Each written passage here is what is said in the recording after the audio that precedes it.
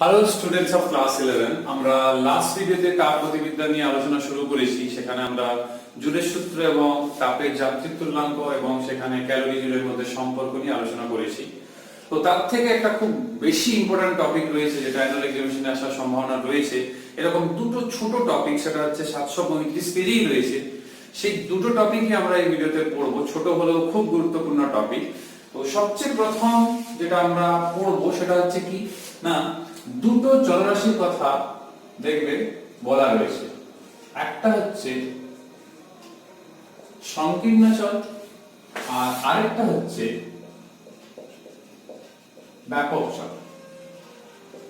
এই সংকীর্ণ চলকে আমরা ইংলিশে বলি ইন্টেনসিভ ভ্যারিয়েবল, আর ব্যাপক চলকে আমরা বলি এক্সটেন্সিভ ভ্যারিয়েবল। এই দুটো চলরাশি সম্বন্ধে আমরা জানব, যেটা খুবই গুরুত্বপূর্ণ। পরীক্ষাতে এদের ডেফিনেশন অর্থাৎ সংজ্ঞা, উদাহরণ এবং পার্থক্য লাগে। এই দুটো চলরাশি সম্বন্ধে জানার আগে আরেকটা জিনিস আমরা জানব, সেটা হচ্ছে তাপগতীয় সংস্থা সম্বন্ধে অর্থাৎ থার্মোডাইনামিক সিস্টেম। দেখো, নির্দিষ্ট কোনো একটা বাউন্ডারি থাকতে পারে, সীমা থাকতে পারে, যেটা দ্বারা আবদ্ধ হবে। কে আবদ্ধ হবে না, কোনো বস্তু হতে পারে। তোমরা বইতেও দেখবে সবচেয়ে প্রথমে ডেফিনেশনটা রয়েছে। তো কোনো বস্তু যেরকম হতে পারে, কোন একটা বস্তুর অংশ বিশেষও হতে পারে। তো তাকেই আমরা তাপগতীয় সংস্থা বলে থাকি। তার মানে বস্তু হতে পারে, বস্তুর অংশ হতে পারে, আবার বস্তুগুলোর সমষ্টিও হতে পারে, সেগুলো তাপগতীয় সংস্থা। তো স্বাভাবিকভাবে একটা প্রশ্ন মনের মধ্যে আসে যে তাপগতীয় সংস্থাকে তাহলে আমরা কিভাবে বুঝবো, কিংবা তার পরিমাপযোগ্য যে রাশিগুলো রয়েছে কিংবা তার সংক্রান্ত ইনফরমেশন গুলো আমরা কিভাবে পাই। না, ইনফরমেশনটা আমরা পাই সেই সংস্থার ভর, আয়তন, উষ্ণতা, চাপ, ঘনত্ব এই সম্বন্ধে মান কিংবা এই সম্বন্ধে আইডিয়া কিংবা এই সম্বন্ধে যে মানগুলো রয়েছে সেটা জানার পর। তো তাই দেখবে তোমরা বইতে ওই কথাটাই লেখা রয়েছে যে ভর, আয়তন, চাপ, উষ্ণতা, ঘনত্ব ইত্যাদি পরিমাপযোগ্য চলরাশি। তো এবার আমরা তাপগতীয় সংস্থা জানলাম যে যেটা সীমাবদ্ধ থাকবে, কোনো বস্তু হতে পারে, বস্তুর অংশ হতে পারে কিংবা বস্তুর সমষ্টি হতে পারে। তো তাদেরকে সূচিত করার জন্য, তাদেরকে বোঝানোর জন্য আমরা এই বিভিন্ন মানগুলো সেই সংস্থা কিংবা সেই বস্তুর জানি। এবারে প্রশ্ন হচ্ছে, জেনেও গেলাম, দেখা গেছে ওই চলরাশির মধ্যে দু রকমের বৈশিষ্ট্য দেখা যায়। কিছু চলরাশি আছে যারা, যেটা আমি সবচেয়ে প্রথমের কথা আলোচনা করছি, যাদেরকে আমরা সংকীর্ণ চল কিংবা সংকীর্ণ চলরাশি বলি, যাদের ক্ষেত্রে পুরো সিস্টেম কিংবা পুরো সংস্থা ভর কিংবা মোট ভরের পরিমাণ তার উপরে তার নির্ভরশীলতা একেবারে নেই, অর্থাৎ সেই ভরে নিরপেক্ষ। অর্থাৎ বস্তু ছোট না বড় না ভারী না হালকা, তার উপরে তার মান কিন্তু নির্ভর করে না। তাহলে এরকম চলরাশিকে আমরা বলে থাকি সংকীর্ণ চলরাশি। অর্থাৎ সংকীর্ণ চলরাশি হচ্ছে সেই সকল চলরাশি যারা সংস্থা, পরিমাণ, ভর তার উপরে নির্ভর করে না। তো তাদেরকে আমরা সংকীর্ণ চলরাশি বলে থাকি। তাহলে আশা করি বুঝতে পেরেছো। আবার বলি, সংকীর্ণ চলরাশি হচ্ছে তারা যারা সংস্থার ভর, পরিমাণ তার উপরে নির্ভর করে না। ভর কম হোক বেশি হোক তার মান একই থাকে। যেরকম ধরো কোন সংস্থা পি কিংবা টি, অর্থাৎ আমি বলছি চাপ, উষ্ণতা, ইভিন আমরা বলতে পারি ঘনত্ব, এগুলো সবগুলো কিন্তু সংকীর্ণ চলরাশির মধ্যে পড়ে। তোমাদের বইতে আরো কয়েকটা এক্সাম্পল রয়েছে, যেরকম পৃষ্ঠটান রয়েছে। পৃষ্ঠটানকে আমরা পি কিংবা এস দিয়ে প্রকাশ করেছিলাম। মনে করে দেখো, আমরা যখন পৃষ্ঠটান অধ্যায়টা পড়ি তো সেটাও তাই হবে। কারণ হচ্ছে একটা ছোট কোন বস্তু, তার উষ্ণতা যদি টি হয়, বড় বস্তুরও সেটা হতে পারে। চাপও সেরকমই, কমেরও হতে পারে, বেশিরও হতে পারে। পৃষ্ঠটানও তাই, কম পরিমাণ বেশি পরিমাণ, কিংবা ধরো ঘনত্ব হতে পারে। এটা বড় লোহার টুকরো, তার যে ঘনত্ব, একটা ছোট লোহার টুকরো ঘনত্ব একই। তো এগুলো সবগুলোই কিন্তু হতে পারে। কিন্তু এবার প্রশ্ন হচ্ছে, আমরা এই তাপগতীয় সংস্থা নিয়ে আলোচনা করছি। তো তাপগতীয় সংস্থার ক্ষেত্রে তাহলে কি তাপগতীয় সংস্থার অভ্যন্তরীণ কোনো গঠন কিংবা অভ্যন্তরীণ পরিস্থিতি সেটা কি নির্ভর করছে এই আলোচনার ক্ষেত্রে? মাথায় রাখবে সেটা কিন্তু গুরুত্বপূর্ণ নয়। তাপগতীয় সংস্থা অভ্যন্তরীণ কোনো জিনিস, সে অণু পরমাণু থেকে শুরু করে তার ভেতরের গঠন, সেগুলো কিন্তু এই সব পরিমাপে কিংবা ক্যালকুলেশনে কোনো প্রভাব নেই, সেটা পুরোটাই নেগলেক্ট করা হয়। টোটাল তার বিহেভিয়ার, আউটার যে বিহেভিয়ার, চাপ উষ্ণতা কেমন, সেইগুলোই কিন্তু ফ্যাক্টর। শুধুমাত্র চাপ উষ্ণতা নয়, আরো যে ধর্মগুলো রয়েছে যেগুলো পরিমাপযোগ্য। এবার প্রশ্ন হচ্ছে, যদি এটা হয় তাপগতীয় সংস্থা সংকীর্ণ চল, তাহলে ব্যাপক চলের ক্ষেত্রে কি হবে? না, ব্যাপক চলের ক্ষেত্রে এটা হবে, সেটা পদার্থের পরিমাণ, মানে সেই সব চলরাশি যেগুলো সংস্থা যে পদার্থ রয়েছে তার পরিমাণ কতটা আছে, কতটা ভারী, তার উপরে নির্ভর করে, তাকে আমরা বলে থাকি ব্যাপক চলরাশি। আমি একটা ছোট্ট উদাহরণ দিই। সাপোজ ভর, আয়তন, কিংবা তোমাদের বইতে আরো কয়েকটা নাম রয়েছে তোমরা দেখতে পারো, সেটা হচ্ছে চৌম্বক ভ্রামকের নাম রয়েছে, অভ্যন্তরীণ শক্তির নাম রয়েছে। সাপোজ আমরা এম দিয়ে যদি বলি, চৌম্বক ভ্রামক সম্বন্ধে আমি এখন কিছু বলছি না, কারণ ক্লাস 12 এ যখন তোমরা পদার্থের চৌম্বক ধর্ম কিংবা তড়িৎ চুম্বকত্ব অধ্যায় করবে তখন জানবে, আপাতত নাম মনে রাখতে পারো। আর আমরা এন্ট্রপির নাম মনে রাখতে পারো। আর আমরা ইউ অর্থাৎ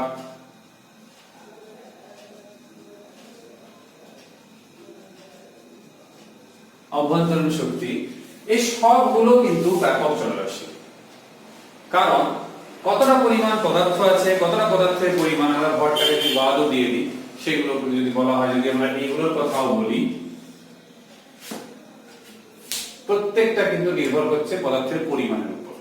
পরিমাণ পরিবর্তন, এদের মানও পরিবর্তন, যেটা এই ক্ষেত্রে কিন্তু হয়নি।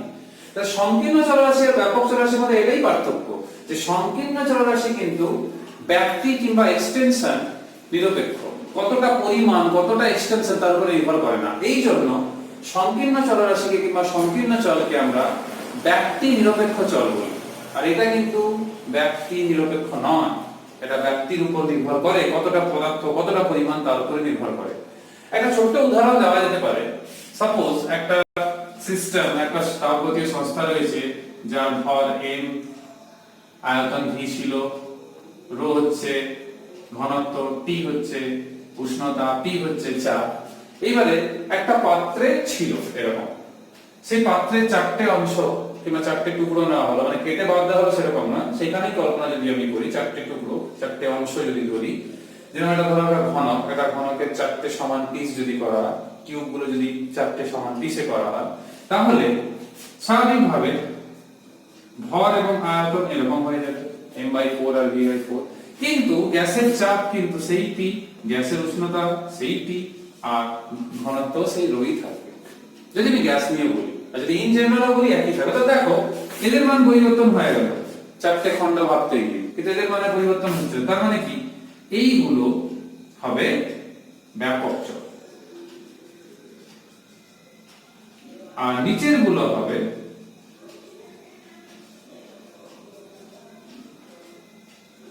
সংকীর্ণ চল, যেহেতু এর মানে কোনো পরিবর্তন হয়নি, কম পরিমাণ হলেও যা ছিল মানে হয়েছে, আগে যখন বেশি ছিল তখনও তাই থাকছে। তো এটাই মূল পার্থক্য সংকীর্ণ চল এবং ব্যাপক চলের মধ্যে, এই পার্টটা ভালো করে কিন্তু পড়ে রাখতে হবে। এরপরে যেটা নেক্সট আমরা পড়বো সেটা হচ্ছে, সেটাও খুব গুরুত্বপূর্ণ জিনিস, সেটা হচ্ছে দুটো জিনিস। প্রথম রয়েছে অবস্থার অপেক্ষক, দ্বিতীয় হচ্ছে পদ অপেক্ষক। আমি এইখানে বলছি যে অবস্থার অপেক্ষক আর পদ অপেক্ষক, এটাও খুব ইম্পর্টেন্ট জিনিস, কারণ পরীক্ষাতে এর কনসেপ্টটা খুবই কাজে লাগে। যে অবস্থা অপেক্ষক মানে কি, কিংবা কারা এই অপেক্ষকগুলো হয়ে থাকে, আর পদ অপেক্ষক, একে আমরা বলি স্টেট ফাংশন, আর অনেক সময় একে আমরা স্টেট ফাংশন বলি, অনেক সময় একে পয়েন্ট ফাংশনও বলে থাকি। আর এটা হচ্ছে পাথ ফাংশন কিংবা পাথ ডিপেন্ডেন্ট ফাংশন। তো তো অবস্থার অপেক্ষক কি হবে না, অবস্থার অপেক্ষক তারা যারা একটা পার্টিকুলার স্টেটকে বোঝায়, একটা নির্দিষ্ট অবস্থা কিংবা একটা সংস্থা নির্দিষ্ট সিচুয়েশন কিংবা অবস্থাকে বোঝায়। আর পদ অপেক্ষক কি না, সেটা একটা নির্দিষ্ট অবস্থাকে কিন্তু বোঝায় না। আমি একটা ছোট্ট উদাহরণ দিলে তোমরা পরিষ্কার বুঝতে পারবে। সেটা হচ্ছে, ধরো আমি কোনো একটা সংস্থা, যেটা আমি সহজ উদাহরণ দেবো, আমি এন্ট্রপি কিংবা আমাদের অভ্যন্তরীণ শক্তিতে বলবো না, কারণ সেগুলো নিয়ে আলোচনা আমাদের এখনো শুরু হয়নি। আমি একটা সহজ উদাহরণ, যেটা তোমাদের বইতেও রয়েছে, তোমরা লক্ষ্য করে দেখবে। ভি আছে, পি আছে, টি আছে, অর্থাৎ আয়তন আছে, চাপ আছে, উষ্ণতা আছে। তো ভেবে দেখো, একটা নির্দিষ্ট অবস্থায় কোন বস্তু কিংবা বস্তু সমষ্টি কিংবা সংস্থা নির্দিষ্ট চাপ, নির্দিষ্ট আয়তন, নির্দিষ্ট উষ্ণতা আছে। ওটা কিন্তু ফিক্সড ভ্যালু, ওই অবস্থাতে ফিক্সড ভ্যালু। যখন ওই অবস্থা থেকে অন্য অবস্থায় যাচ্ছে তখন অন্য ভ্যালু হতে পারে, কিন্তু ওই অবস্থায় ভ্যালু কিন্তু একটা পার্টিকুলার। এই জন্য এদেরকে বলা হয় স্টেট ফাংশন কিংবা পয়েন্ট ফাংশন। তোমরা বইতেও দেখতে পারো, পরিষ্কার বলা রয়েছে যে এই সব চলগুলি নির্দিষ্ট মানে থাকে একটা নির্দিষ্ট অবস্থায়, এই মানগুলি সংস্থার অবস্থাকে নির্দেশ করে। তার মানে সেই অবস্থায় গ্যাসীয় অবস্থা যদি বলি কিংবা গ্যাসীয় সংস্থা যদি বলি, তার চাপ কত, তার আয়তন কত, তার উষ্ণতা কত, সেটা একটা পার্টিকুলার ভ্যালু। তাহলে পার্টিকুলার ভ্যালু মানে সেটা পার্টিকুলার একটা স্টেটকে বোঝায়, অর্থাৎ অবস্থাকে বোঝায়। তাই এই ধরনের ফাংশনকে আমরা বলে থাকি অবস্থার অপেক্ষক কিংবা স্টেট ফাংশন। whereas পাথ ফাংশনের ক্ষেত্রে কি হবে, এই নির্দিষ্টতা তোমরা পাবে না। যেরকম ধরো আমরা যদি বলি এ বলে একটা অবস্থা, এইখানে কৃতকার্য ডব্লিউ, এর কিন্তু কোনো গুরুত্ব নেই, এর কোনো অর্থ নেই। তো যদি আমরা এটা বলি এ থেকে বি তে গেল কোন সংস্থা, তখন কৃতকার্য হয়েছে ডব্লিউ এ বি। একই জিনিস আমরা কৃতকার্য না হয় শক্তি নিয়েও বলতে পারি, তাপ শক্তি নিয়েও বলতে পারি। সেই ক্ষেত্রে তাই একটা নির্দিষ্ট অবস্থা শক্তি বলে থেকে ভালো, একটা থেকে আরেকটাতে গেলে যে পরিবর্তনটা হচ্ছে। আবার এই এ থেকে বি যাওয়ার অনেকগুলো প্রক্রিয়া হতে পারে। যদি গ্যাসীয় অবস্থা হয়, হয়তো নির্দিষ্ট উষ্ণতায়, কোথায় নির্দিষ্ট চাপে, কোথায় নির্দিষ্ট আয়তনে। তার মানে অনেকগুলো রাস্তা আছে এ থেকে বি তে যাওয়া। প্রত্যেকটা রাস্তায় এই মানের কিন্তু পরিবর্তন হতে পারে। তাহলে একে স্টেট ফাংশন কিংবা অবস্থার অপেক্ষক আমরা বলতে পারছি না। বলতে পারতাম যদি একই থাকতো। যেরকম হয় আয়তনের ক্ষেত্রে, এ তে আয়তন ভি এ, পরেরটায় গিয়ে হয়তো আয়তন পরিবর্তন হয় ভিবি হয়েছে, কিন্তু এই ভি এ মাইনাস ভিবি সব সময় কিন্তু এই বিয়োগফলটা একই থাকবে। তাই আয়তন কিন্তু অবস্থার অপেক্ষক। whereas এই ডব্লিউ এ ডব্লিউ বি যদি ভিন্ন ভিন্ন প্রক্রিয়াতে আমরা বের করি, এরকম ডব্লিউ এ বি 1 নম্বর রাস্তা দিয়ে, ডব্লিউ এ বি 2 নম্বর রাস্তা দিয়ে যদি এরকম বের করা হয়, অর্থাৎ আমি W A minus W B বলো কি W B minus W A বলো, তো বিয়োগ করা হয়, তখন কিন্তু এই মানগুলো প্রত্যেকটা পদ বরাবর এই বিয়োগফলগুলো কিন্তু একই দাঁড়াবে না। whereas এদের ক্ষেত্রে কিংবা এদের ক্ষেত্রে সেটা কিন্তু দাঁড়াবে। তো এই জন্য এদেরকে আমরা বলে থাকি পথ নিরপেক্ষ কিংবা অবস্থার অপেক্ষক। যেহেতু পথের উপর নির্ভর হচ্ছে না, কোন পথ বরাবর নিয়ে যাওয়া হয়েছে তা নির্ভর করে না। পথ মানে এখানে কিন্তু রাস্তাঘাটের কথা বলা হচ্ছে না। পথ মানে এখানে হচ্ছে যে সিস্টেম একটা থেকে আরেকটাতে যাচ্ছে, হয়তো কনস্ট্যান্ট টেম্পারেচারে হচ্ছে, সেটা হচ্ছে পথ। রাস্তাঘাটের কথা কিন্তু বলা হচ্ছে না, কোনো কনফিউশন রাখবে না। আর এদের ক্ষেত্রে কি হচ্ছে না, এদের ক্ষেত্রে যেটা হচ্ছে সেটা হচ্ছে একটা নির্দিষ্ট অবস্থানে, এই নির্দিষ্ট অবস্থায় সেই কার্যের মানের কোনো গুরুত্ব নেই। কার্য কখন হবে, যখন একটা অবস্থান থেকে আরেকটা অবস্থানে। শক্তি কখন একটা থেকে আরেকটাতে গেলে যে রূপান্তরিত হচ্ছে, কি পরিবর্তন হচ্ছে সেটা। তো এই জন্য আমরা কি করি, যে ডব্লিউ এ বি যেটা আছে সেটা কি না, ভিন্ন ভিন্ন পদ বরাবরের মান কিন্তু ভিন্ন ভিন্ন হয়। ভিন্ন ভিন্ন মান হওয়ার জন্য একে পদ নির্ভরশীল বলা হয়। এই জন্য এদেরকে বলা হয় পদ অপেক্ষক। তোমরা বইতেও লক্ষ্য করে দেখবে, পরিষ্কার বলা রয়েছে যে এই অবস্থায় কার্য হলো ডব্লিউ এ, এই উক্তিটির কোনো অর্থ নেই, বরং এ থেকে বি প্রক্রিয়ায় কৃতকার্য হলো ডব্লিউ এ বি, এই উক্তিটি কিন্তু অর্থবহ। তো এখান থেকে বুঝতেই পারছো যে এই ডব্লিউ এ বি এবং কিউ এ বি যেটাই বলি না কেন, আমি যদি তাপ দিয়েও বোঝাই সেটাও হবে। প্রত্যেকটা পথ বরাবর মান আলাদা। whereas এদেরকে যদি আমরা ভিন্ন ভিন্ন পথেও যদি পরিমাপ করি, বিয়োগফলটা কিন্তু যার জন্যই বের করি, সে আয়তন হোক, চাপ হোক, উষ্ণতা, তাদের ক্ষেত্রে কিন্তু একই থাকবে, যেটা এদের ক্ষেত্রে থাকছে না, কিউ এর ক্ষেত্রে, ডাব্লিউ এর ক্ষেত্রে।